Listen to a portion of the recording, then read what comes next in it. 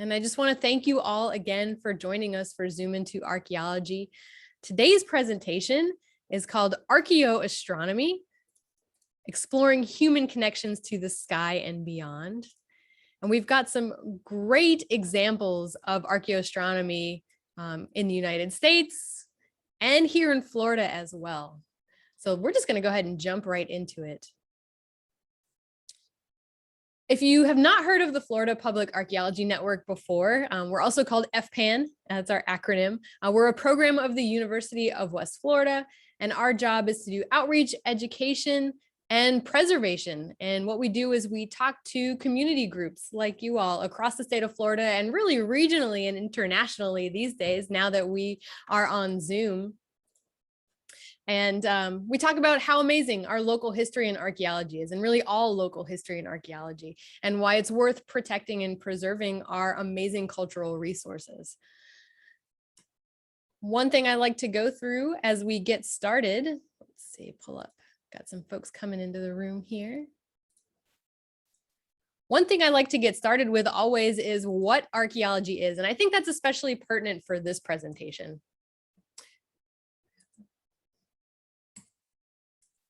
Archaeology, the definition that we use as archaeologists is that archaeology is the study of past people and cultures and the things that those past people and culture have left behind. Anthropology is kind of our umbrella discipline here in the United States. If you go to school to be an archaeologist, your degree most likely will be in anthropology. And anthropology, as you may know, is the broader study of humans, human history, human present and human future, right? Any kind of aspect about humans. And we've broken it down into 4 subdisciplines just to make that a little easier to digest. You can specialize in something called cultural anthropology, which is the study of human cultures, biological anthropology, which is the study of human ancestors and the human body. If you've seen TV shows like CSI or Bones, a lot of those folks are biological anthropologists. Linguistic anthropology is the study of human languages, past and present. And then, of course, archaeology, which is what always interested me. And that, again, is the study of past people and cultures. And so archaeoastronomy is kind of an interesting phenomenon. Ooh, let's go back here. My mouse is so sensitive. Archaeoastronomy is an interesting phenomenon. And we have this definition from R.M. Sinclair back in 2006. And basically, he defines archaeoastronomy as the study of how people in the past have understood the phenomena in the sky and how they use those phenomena and what role the sky played in their cultures. And that's the definition we're really going to stick with here. And there's some really kind of fun, famous examples of archaeoastronomy with which many people are familiar, I think. We've got the pyramids of Giza. A lot of people realize that they're possibly aligned to the Orion constellation, and they may have also been constructed using angles from solstices, which is really fascinating. Chichen Itza, the site in Mexico, shadows on the pyramid of Kukulkan turn into a snake on the spring and fall equinoxes. And if you haven't seen this before, it's really amazing. So if you look at the shadow, got someone coming in the room. If you look at the light in contrast with the shadow on the steps of this pyramid, you'll see that you can see the snake, the bends in the snake, the winds in the snake going down the sides of those steps. So really fascinating stuff. And then, one I think probably we are all familiar with is Stonehenge.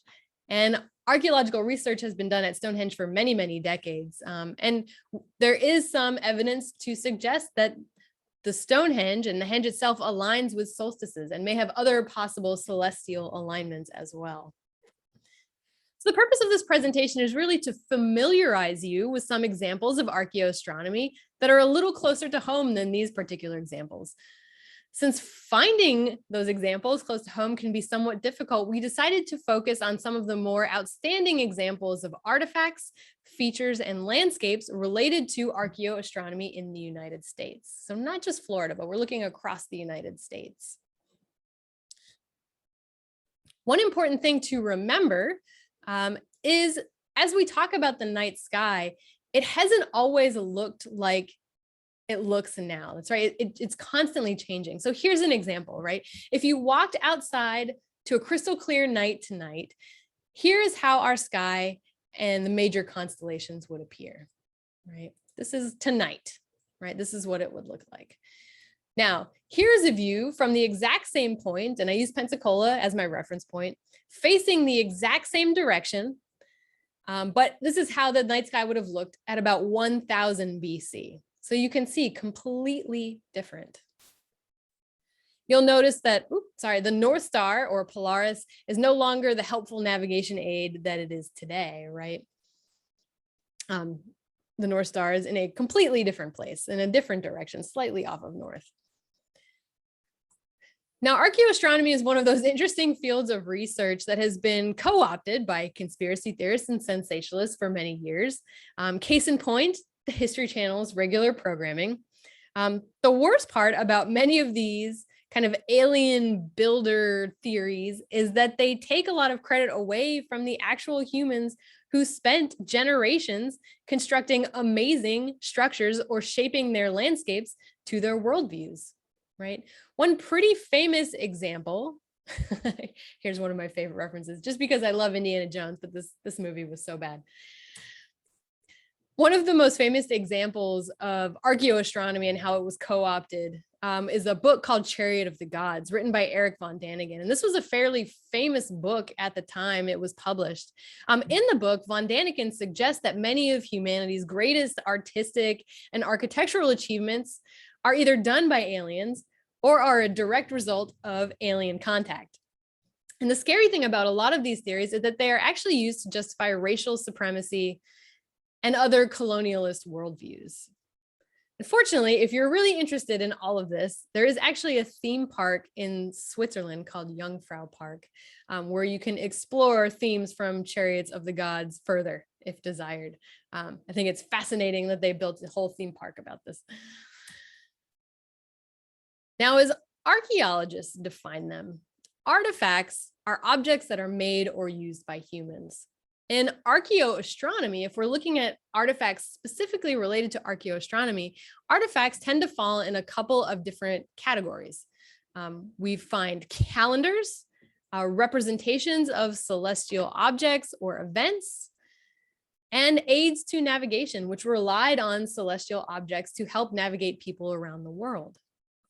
In the image that you see here, this particular artifact is also fairly famous, not found in the United States, but found off of Greece. This is the Antikythera mechanism. And a lot of people call this kind of the first computer. And this was believed to have been created around 80 BC. But today, archaeologists think that it was probably used for calculating lunar movements to determine dates fairly accurately. Now let's jump to Florida. One of our first examples is something we call the Antler Calendar. Now, post-Ice Age Florida looked a lot different than Florida did today. Not only were coastlines a lot farther out and kind of slowly contracting, right? But its climate, plants, animals, all were very different as well. And we know a lot about this period in Florida due to freshwater springs, with locations stretching from the panhandle of Florida all the way down to Southwest Florida. And these springs would have essentially been oases to both humans and animals living in Florida at the time, kind of like they are today. They continue to be popular spots where people like to go to swim and where freshwater is a resource. Now, one of the great things about Florida's springs is their excellent preservation. Other artifacts, equally old, have also been discovered in relation to the particular artifact we're talking about here, which is the Antler Calendar on the next slide. At spring sites, archaeologists have recovered wood, human remains with skeletal and brain tissue, and the second oldest artifact dated in the United States, which is a sharpened wooden stake dating to several thousand years, about BC, excuse me. Also found in spring sites are Ice Age animal remains like mastodons. Now, the artifact that we're talking about is the Antler Calendar, and here's a photo of someone holding it here. It's thought that this calendar was produced based on dating about 8,000 to 1,000 BC. I know that's a big time period, but some of the dating methods that we use have a fairly large variation. And this particular site where this was found was, excuse me. Oop, my computer's fussing out on me. Okay, I think everyone can see the presentation again. Right. Okay, all right, here we go. The particular place where this Antler Calendar was found, or so we call it, was a place called Little Salt Spring, and this is in Southwest Florida. Oh, we got someone else joining the room. This particular site was a hunting site, right? Everything liked to come to these freshwater spring sites. So it was a hunting site for people living in the area at the time. And the thought is that lunar phases may have impacted hunting. We know that the moon does have effects on animal and human behavior to some extent. And the thought behind this artifact that has about 28 notches in it is that the carved linear marks indicate a quantity. And if that quantity is about 28, which is the number of notches that you see here, that possibly could correspond to the lunar cycle. Now, of course, like many of the examples that I'm going to show you, these people are not around to tell us what exactly this meant. So a lot of this is kind of supposition on part of archaeologists, but we know that the number 28 has certain meanings to humans, and it has for many, many centuries. So it's not too far-fetched.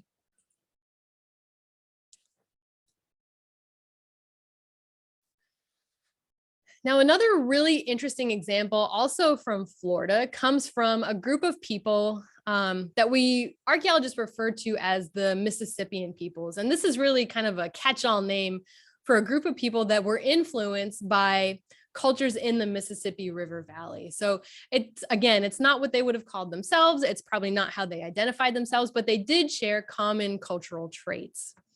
And so the Mississippian period essentially refers to the time period right before the arrival of the Spanish who came to Florida in the early 1500s.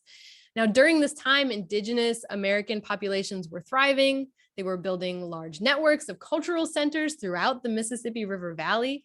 And many of these groups shared, like I said, similar religious beliefs, traditions, systems of governing, and artistic design. They were also prolific traders.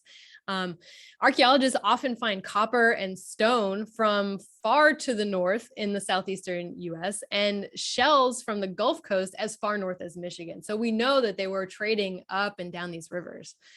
And one really interesting aspect of this period is that, interesting aspect are the symbols and the designs related to cultural and religious mythologies that archaeologists sometimes find at Mississippian sites. And two very recent examples were not found far from Pensacola in a place called Hickory Ridge, Florida.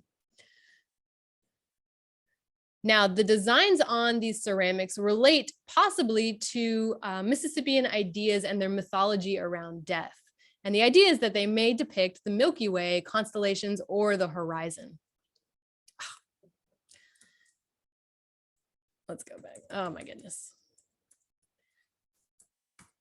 So in order to get to what the Mississippian cultures and oral tradition is handed down to what we call the village of souls, the soul travels essentially along a pathway, which is aptly referred to as the pathway of souls, right? And it is believed that the soul travels west, likely following the path of the sun, and the soul leaps off of the Earth disk through a portal within the Hand constellation onto the pathway of souls. And like I said, a lot of this we know from oral tradition.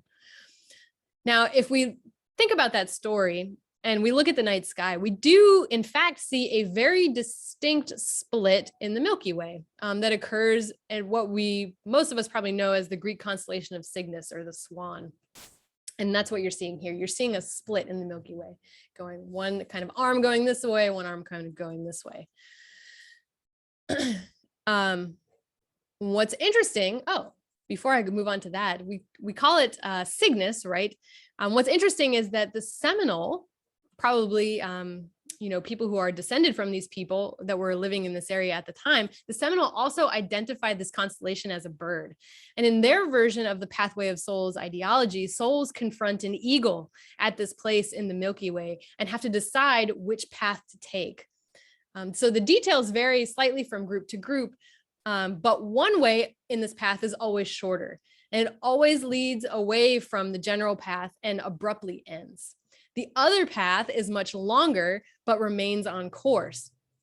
And the thought is that the soul's ultimate destination is at the southern end of the longer path, or the pathway of souls, where the great serpent with a red gem in his forehead guards the souls of the ancestors. And so it's almost kind of like a morality thing. Do you take the short path? Do you take the long path? One is more work, but you're rewarded in the end by joining your ancestors.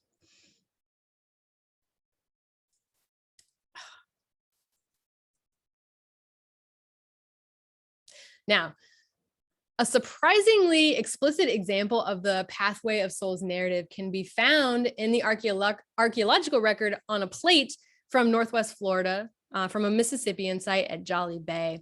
And that's what you're seeing here, is that ceramic. The plate, we think, illustrates the soul's journey after death. So to the west into the Hand constellation, which you can see here, behind the sunset, which we think the horizon is kind of the edge here of the plate. And that through that Hand's constellation is the way that you enter the pathway of souls, which is the Milky Way, or what we would refer to as the Milky Way. The path can be seen here as kind of winding road of stars that, excuse me, symbolized by all of these incised dots, right? The dots look a lot like stars, or would symbolize stars.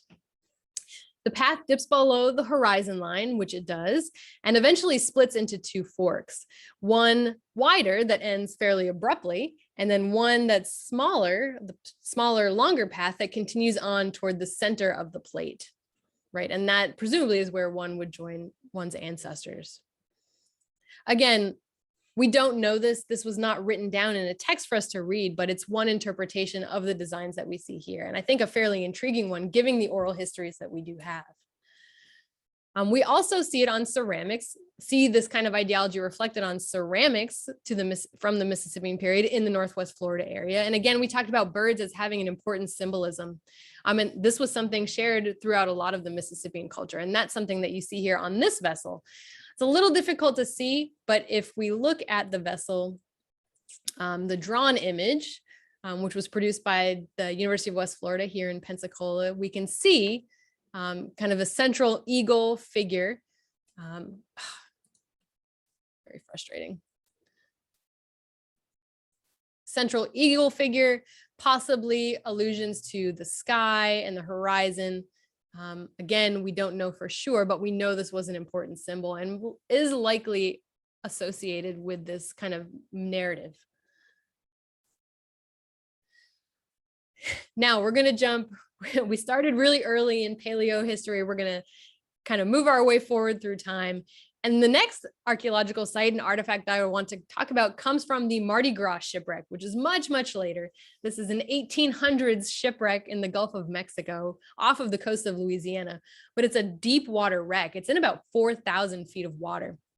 And because of that, the preservation has been excellent. No one's been around to really mess with it. And it's really not impacted by the many major storms that we have in the area. And the artifacts of maritime and celestial navigation on this shipwreck have given us a lot of insight into kind of late colonial navigation. And these are some of the interesting artifacts found on that wreck, brought up by remote operated vehicle and conserved by Texas A&M University. So we've got some sand glasses and hourglasses, essentially used for timekeeping. This is an octant, and you could use the altitude of the sun and the corresponding horizon to determine latitude. It was first patented in 1734. The sextant is another popular method of celestial navigation. That one uses lunar measurements. And often sailors would use both, because very often there are times when you don't see the sun or times that you don't see the moon. And then this is a really interesting artifact as well, maybe not so much using it with celestial objects, but I included it because I really liked it. This is a spyglass. And the Texas A&M Conservation Laboratory actually did an X-ray of this as they were preparing to conserve it. Anytime an artifact comes out of the water, we have to make sure to conserve it and stabilize it so that it can go on display or put into collections facilities. And when they did an X-ray of this artifact during the conservation progress, it's a little difficult to see, but you can see very faintly there are some letters here. And basically what those letters spell out is that this spyglass was manufactured by T. Harris and Son in London. And that company, we know from historical records, produced this kind of spyglass from about 1790 to 1802. So very interesting kind of artifact here. Now we're going to move away from artifacts and we're going to talk about features on the landscape. Features is a term that archaeologists use to define things that aren't readily movable from an archaeological site. So this could include, especially as we talk about archaeoastronomy, buildings or earthworks or petroglyphs or pictographs, things that are inscribed into places. They're not things like artifacts that you can just pick up and take with you. And so we're going to talk about some interesting features. The image that you see here, this is Newgrange. This is actually in Ireland. This is an interesting celestial site or archaeoastronomy site. It's a tomb, but during the winter solstice, the entrance to the tomb is aligned with the solstice so that a line of sunlight shines directly into the back of the tomb where burials would have been. And you can actually go there today, and there's a lottery. And you can put your name in the lottery to be able to sign up to go to Ireland to be there on the winter solstice, because the tomb shaft is only so big. You can only fit so many people in there. I put my name in the lottery a couple years ago. I did not win. All right. So our first artifact that we're going to talk about, or first feature rather, is the Bighorn medicine wheel. And this is in Wyoming in the Bighorn Mountains. Now the Bighorn medicine wheel is constructed, as archaeologists think, about 300 to 800 years ago. And it's amongst a lot of other sites in Midwestern and Western United States and Southern Canada. And we believe it's part of a larger complex of archaeological sites that included, ceremonial sites like medicinal plant gathering areas, sweat lodges, great houses, things like that. And this particular feature, the Bighorn medicine wheel, is an 80-foot diameter wheel-like pattern made of stones. And at the center of it is a donut-shaped circle, donut-shaped pile, rather, of stones, what we call a cairn, connected to the rim by 28 kind of spoke lines of stones. And 6 more stone cairns are arranged around the circle, most large enough to hold a sitting human. The central cairn is about 12 feet in diameter and about 2 feet high. So here's kind of a closer look at that site. And you can see kind of a person standing over here for scale. This is an aerial view. And like I said, we think that the Plains Indians constructed this, the medicine wheel, about 300 to 800 years ago. And it's been used and maintained by various groups since then. The central cairn, like I said, it's the oldest part. And excavations show that it actually extends below the wheel and has been buried by dust over time. And we think possibly that it may have been supported by a central pole, making it, potentially having some kind of structure or other kind of potential celestial alignment ability with the pole, kind of like a sundial, right? Now the wheel has 28 spokes, which might, again, there's the number 28, might signify the lunar month.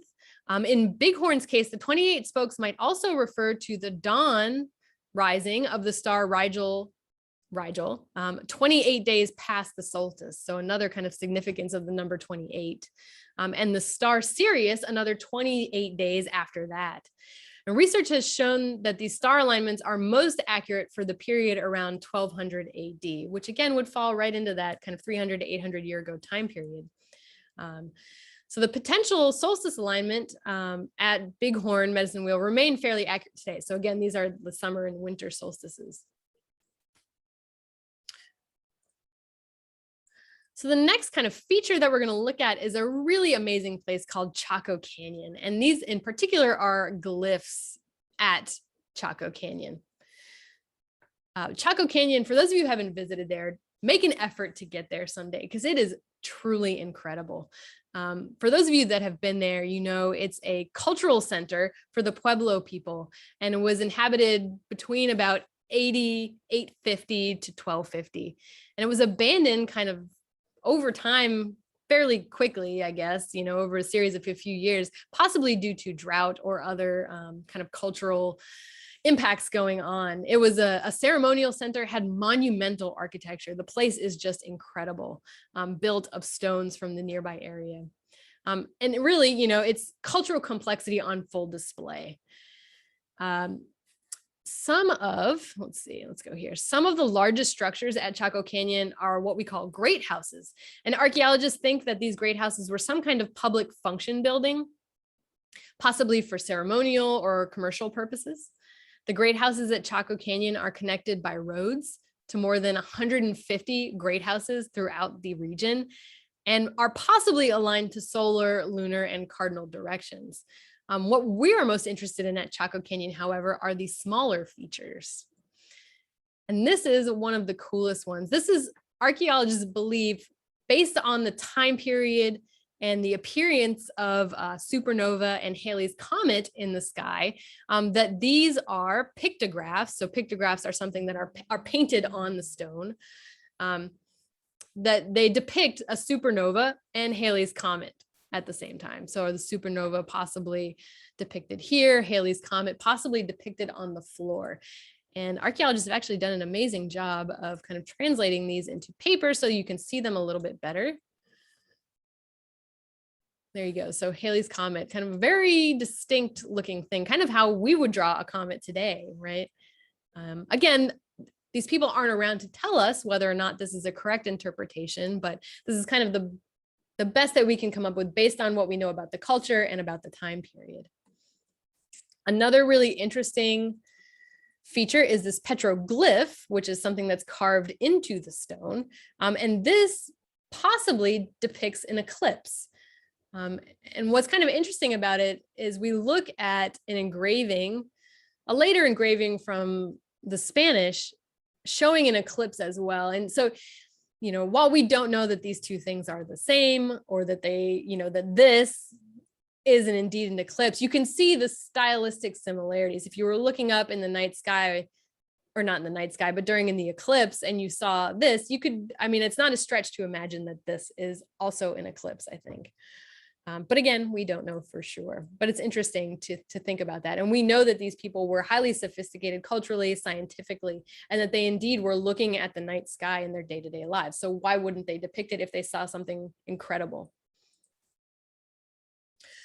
Now we're moving forward through time again, and we're going to go to a site here in Florida, a site called Nuestra Señora de los Remedios. And this is in St. Augustine, Florida, which is Florida's second oldest city. But its oldest continuously occupied city. And this site was St. Augustine's first chapel, which was constructed in 1572. And it was actually destroyed 3 times in the course of its early history. So it was rebuilt occasionally. It was first destroyed in 1586 by Sir Francis Drake, in 1599 by a hurricane, and then again in 1702 by the English.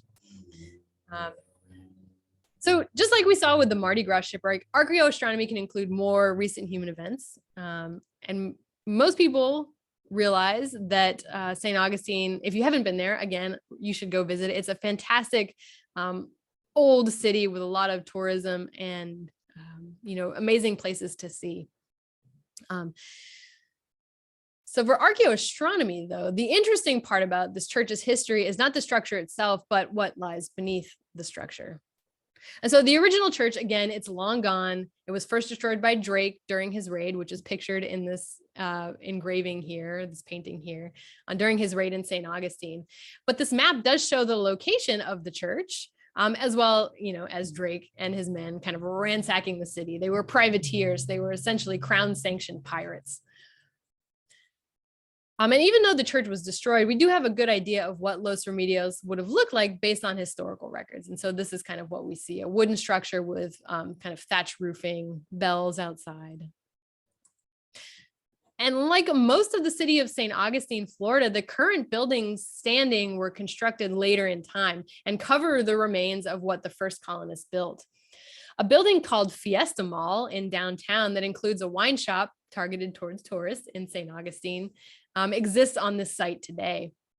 And excavations at that site in 2017 to replace the wine shop floor revealed what was beneath the original church, and that was human burials.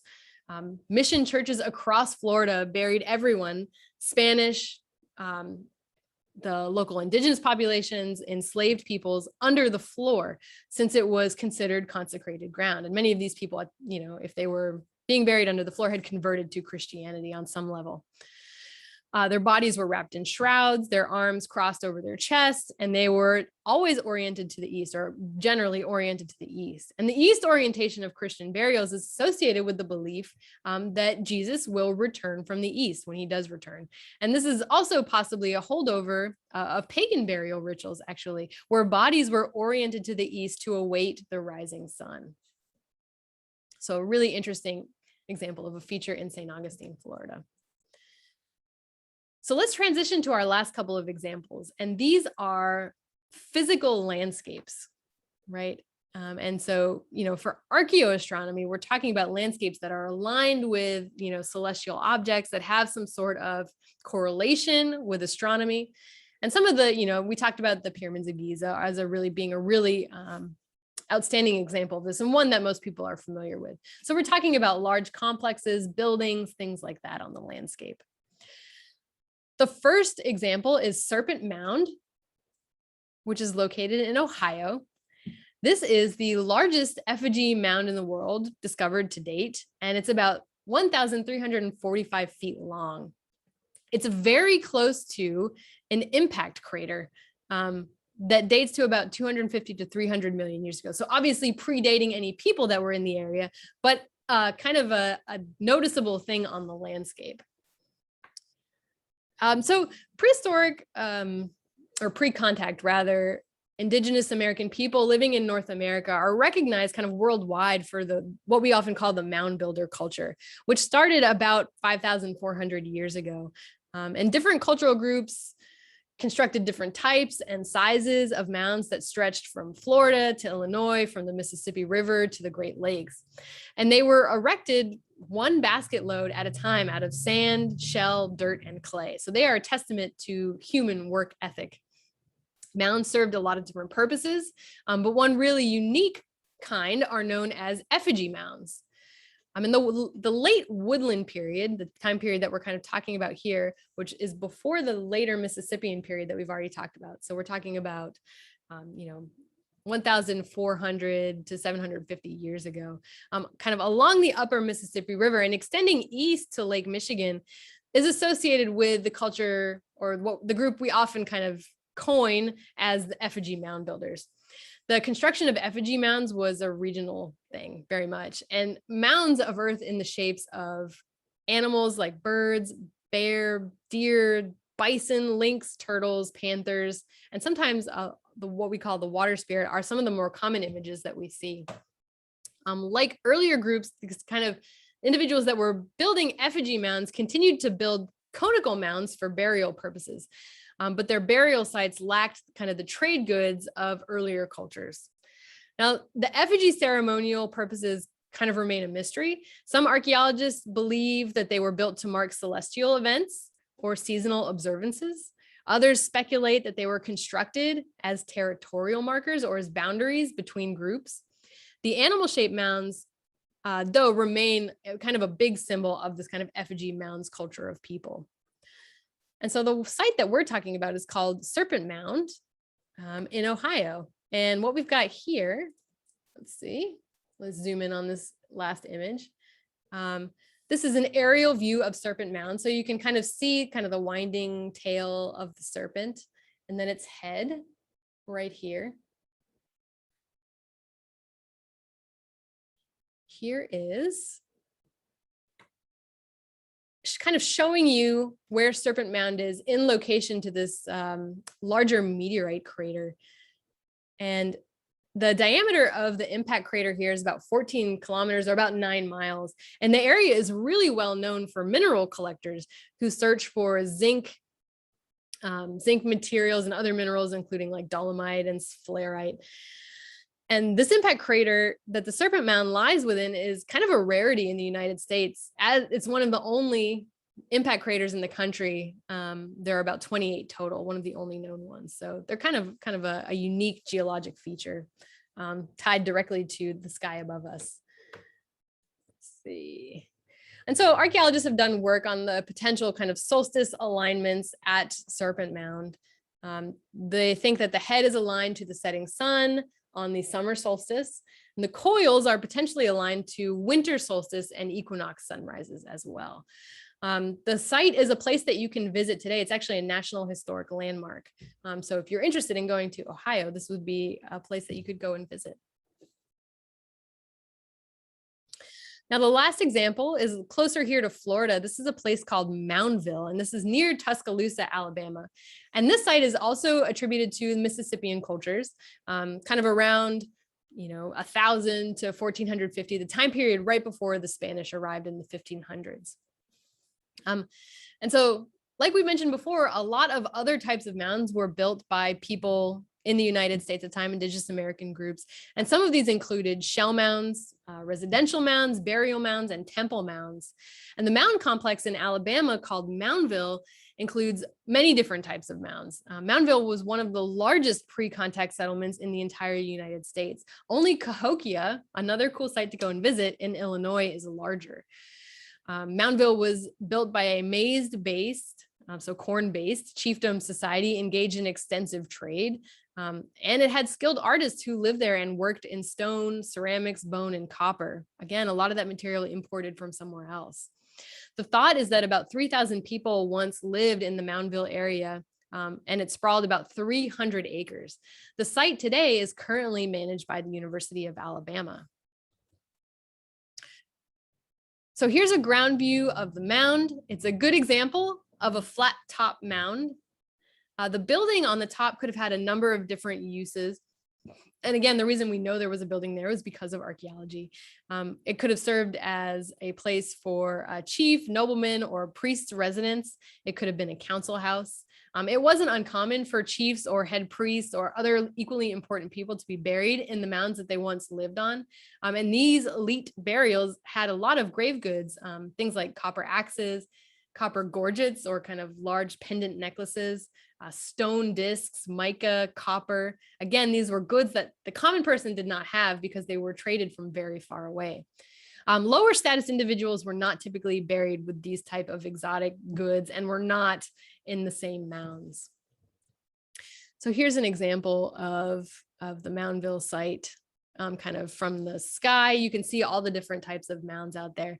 And the idea here, the reason this relates to archaeoastronomy is, again, at this site, we see the similar belief in the pathway of souls through the Milky Way. And so we see that a lot of these mounds are potentially aligned with the winter solstice, with different stars like Deneb, and different constellations like Orion and Scorpius. So, like many of the examples I've shown here, we don't have people or written records who can tell us exactly what these things mean. So we're kind of piecing this together based on what we know from other cultures and from history, human history. And so here's kind of an example of, the various alignments and kind of the nearby river system that runs by the site. So it's a really fairly extensive site and a place that you can also go and visit. So, archaeoastronomy. Archaeoastronomy, was really popularized in the 1960s and 1970s. And that was in an age kind of where, New Age thinking was becoming popularized. There was an explosion in space exploration. People were paying attention to these things a little bit more than they had been before. And over the preceding decades, it kind of declined as a scientific discipline, and more recent efforts have helped give it a more critical eye. So archaeoastronomy, I'm curious to see what many people thought this presentation would be about before they came into the presentation. Archaeoastronomy is very interesting. Again, it's been co-opted a lot over the last, several decades. And so archaeologists are paying attention to it again because of the importance placed on cultural belief, and trying to lift up the narratives of people and kind of their mythologies rather than imposing our own kind of worldview onto things. So, we've been a little bit more critical about with the way we interpret these sites today. But that being said, human beings have always had a relationship with the sky and beyond through their beliefs, art, and their culture. In the new era of archaeoastronomy, it's interdisciplinary. It helps us do a better job of interpreting sites, and it helps us do a better job of incorporating other voices in our interpretations. And so kind of looking forward, we talk about archaeoastronomy. I wanted to quickly mention kind of a new frontier of archaeology, and that's aerospace archaeology. It's a subdiscipline of archaeology, just like archaeoastronomy, that involves identifying, documenting, recovering, and preserving sites that have been important in aerospace history.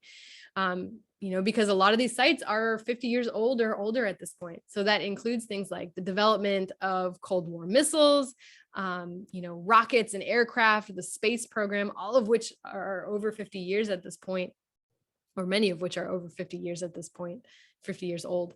And in Florida, we've had some work on this to a degree. We have Cape Canaveral's Air Force Station, which is located in Brevard County, Florida, where there are, Nazi V-2 rockets that had been converted and then tested after World War II in 1949. And some of the launch pads also at Cape Canaveral as well are also being kind of looked at as archaeological sites. They're no longer in use. They're kind of subject to the elements at this point, and they could possibly tell us a little bit about the history of our programs, space program here in the United States. And there are many different ways we could incorporate archaeology into kind of aerospace and, astronomical sites. One person, has brought up before that we could even do archaeology on the moon at this point, looking at the old lunar expeditions, possibly going out there and doing archaeology. We could do archaeology among satellites that are still kind of floating above Earth. So there's a lot of, potential out there for archaeologists that are willing to kind of branch off and go in a new direction with their research. And that is it for my presentation. I want to thank you all again for being here with me this afternoon. This is a kind of a fascinating subject. I think something there's a lot of misconceptions about out there, and it's kind of cool to do a presentation that looks at archaeoastronomy from a different perspective. So if you enjoyed the presentation today, we do Zoom into archaeology presentations every other Thursday at 3:30 p.m. And again, if you can't make it at 3:30, we always put them on our YouTube channel, which you just search Florida Public Archaeology Network on YouTube. We always put them on YouTube afterward, and that gives you the opportunity to watch some really excellent presentations by other researchers. At the end of this month, we're going to have a presentation by Adrienne Walker, who is the site manager for Arcadia Mill Archaeological Site here in Northwest Florida. And she's going to talk a little bit more about some of the antebellum practices among the enslaved people living in the area and elsewhere, really in the Southeast United States. So that's going to be a fascinating talk. In October, we've got even cooler presentations than this one. We've got a researcher from the University of South Alabama talking about her work in Bronze Age Arabia and looking at, human remains and interpreting climate change during that period. And then at the end of October, we've got an archaeological drawing presentation, which is not for archaeologists, it's for anybody, but to teach you the basics of doing an archaeological artifact drawing. So that's going to be really fun as well. And I expect that one to fill up. Otherwise, you find us on Facebook. You can find us on our website. Always feel free to email me as well. I'll go ahead and put my email address in the chat box. And I guess I can go ahead and stop sharing my screen and I can answer any questions. Let's see if we had any questions. If you have questions, you can feel free to unmute at this point as well. I do see one question from Betty about Poverty Point, which is another really cool archaeological site, not very far from Pensacola, actually. Let me rearrange all my screens here. Poverty Point is a site, if you haven't been there, it's in Louisiana, in northeastern Louisiana, and I think a town called Pioneer is what it is.